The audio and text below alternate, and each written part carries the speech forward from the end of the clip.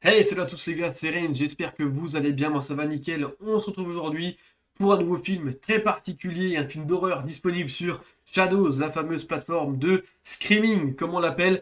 Et ici, c'est un film très particulier, les Français, on part sur un style de fan footage, documentary, attention, c'est du très très lourd, on part de Sorgoy Prakov, c'est parti.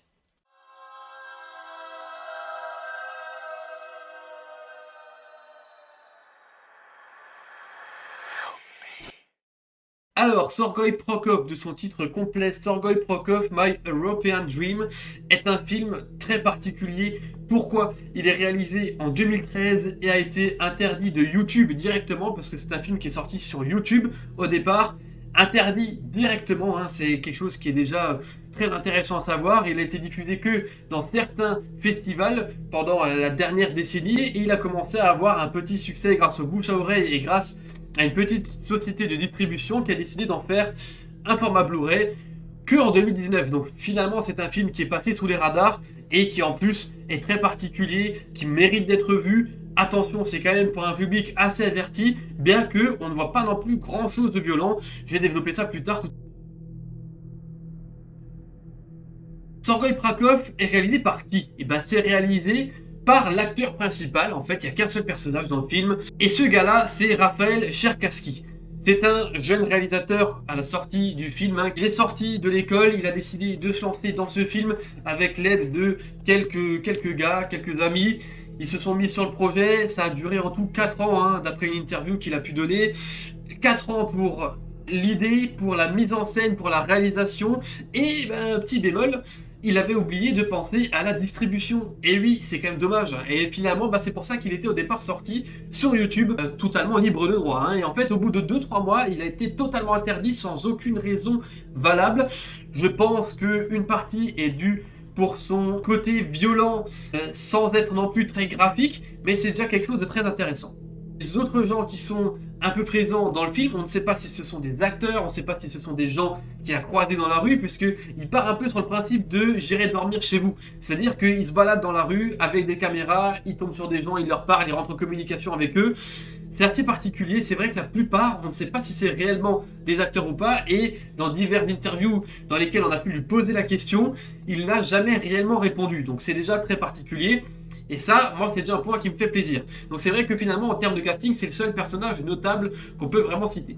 Ensuite, bah, finalement, de quoi parle Sorgoy Prakov? Bah, ça parle de ce cher monsieur qui a décidé de faire le tour de l'Europe, des différentes capitales de l'Europe pour faire son voyage et pour faire un documentaire. En fait, c'est pour ça qu'il est tout le temps embarqué avec ses caméras, ses micros de partout, d'où sa fameuse dégaine.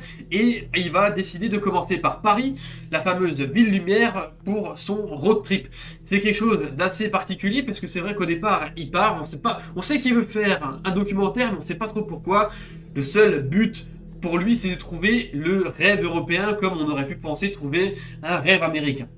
Jusque-là, tout va bien, vous me direz pourquoi et comment ça va déraper. Bah tout simplement, puisqu'il va se rendre compte qu'il est très vite tombé dans une ville parisienne assez particulière, puisqu'effectivement il n'a rien de ce qu'il avait envie de voir sur place, il ne tombe que sur des manifs, sur des racailles, sur des poubelles, sur des SDF, donc en fait il se rend compte que c'est pas vraiment ce à quoi il s'attendait et très vite il va être enrôlé un peu malgré lui dans des situations complètement farfelues, complètement dingues qui vont le mener droit aux ténèbres.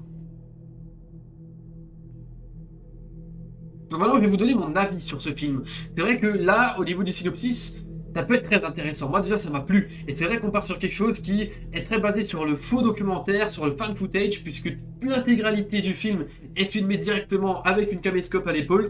Donc ça déjà, c'est pas mal. En plus, bah forcément, il y a plein de moments où il est en mode selfie, il se filme, il filme les paysages. Donc c'est très très dynamique en termes de mouvement, hein, ça c'est clair. En plus, moi, ce qui me plaît aussi pas mal, c'est que justement, le côté du principe qu'on ne sait pas s'il va vraiment croiser des gens, ça renforce le côté très réel. C'est vrai, on voit tellement de monde à l'image, quasiment constamment. Forcément, la plupart ne sont pas des acteurs. Donc ça veut dire qu'il a vraiment rencontré ces personnes, il s'est vraiment baladé dans les rues de Paris comme il le fait là.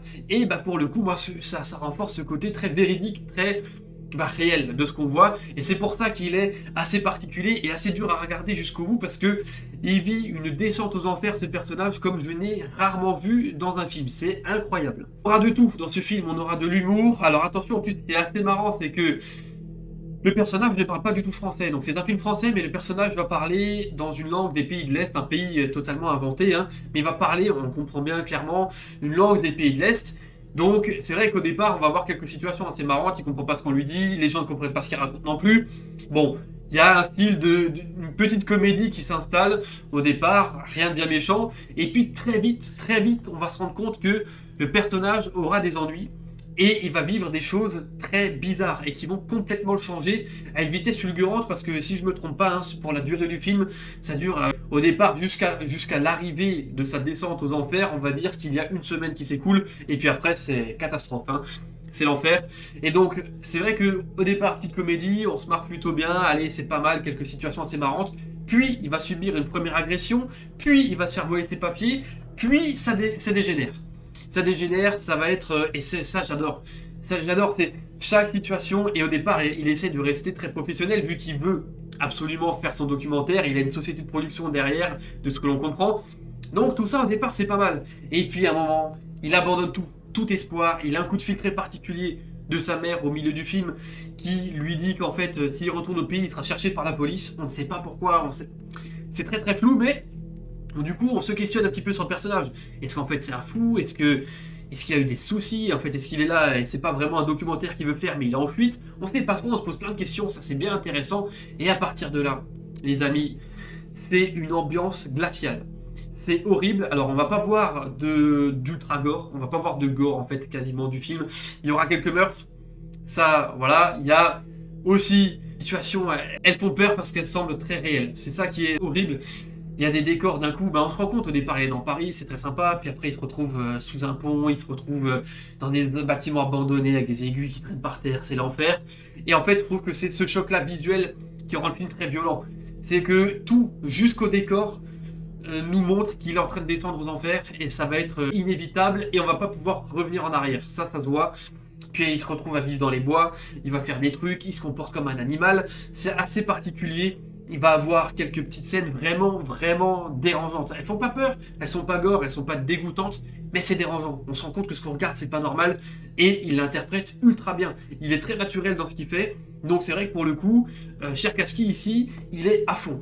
Et ça, c'est très convaincant, c'est déjà un excellent point, ça. Les dernières scènes sont assez horribles à regarder, puisqu'elles sont totalement naturelles. C'est vrai que là, on va quasiment suivre un home invasion complètement dingue, c'est horrible. En fait, à la fin, on va dire les 10 dernières minutes, elles sont atroces. Elles sont atroces parce que ça fait réel. Les acteurs qui sont ici interprétés semblent tellement naturels, et on est toujours dans ce cadre, on ne sait pas si... Bon là, dans le cas, si, j'espère. Mais on ne sait pas dans ce cadre si il a vraiment rencontré des acteurs ou vraiment des gens au hasard. Donc on est toujours dans ce flou, et ça c'est horrible. Ça c'est horrible. C'est très bien joué. Les mouvements de caméra, vu que forcément il a eu des problèmes, elles sont buggées, il y a quelques petits glitches d'image, c'est pas mal aussi, ça renforce le côté où le mec il est vraiment en train de faire ça en non-stop, on est en train de voir son voyage en enfer en direct, quoi. C'est horrible, et puis à un moment il n'y a même plus de paroles, il fait que des bruits. Alors je sais pas d'ailleurs si c'était un bug de l'application, je sais pas. À partir d'un moment dans le film, il n'y a plus de sous-titres. Pour lui. Donc en fait, on se demande s'il continue vraiment de parler ou s'il fait que des bruits bizarres.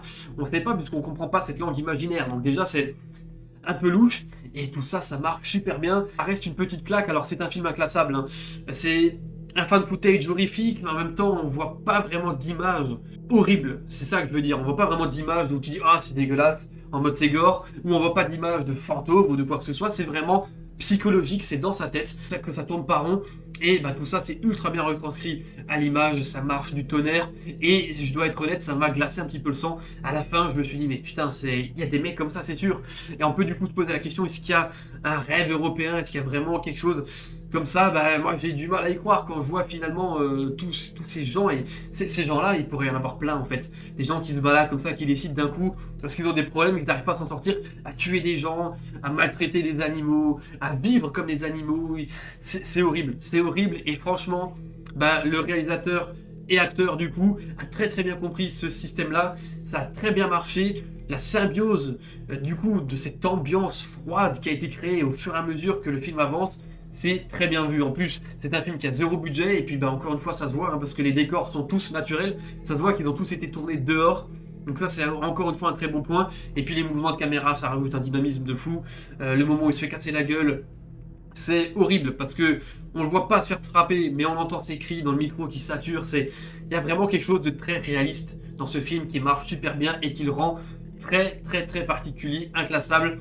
Moi, c'est un film que j'ai apprécié, qui est, je pense, peut-être quand même pour un public assez ciblé. Je sais pas si tout le monde arrivera à l'apprécier, mais en tout cas, je vous le conseille si vous êtes fan un petit peu des films inclassables, des films étranges, hors normes. Ben franchement, vous pouvez aller le voir. Il est disponible, comme je vous le disais, sur Shadows. Un petit peu difficile à trouver ailleurs, mais bon, peut-être que vous aurez la chance.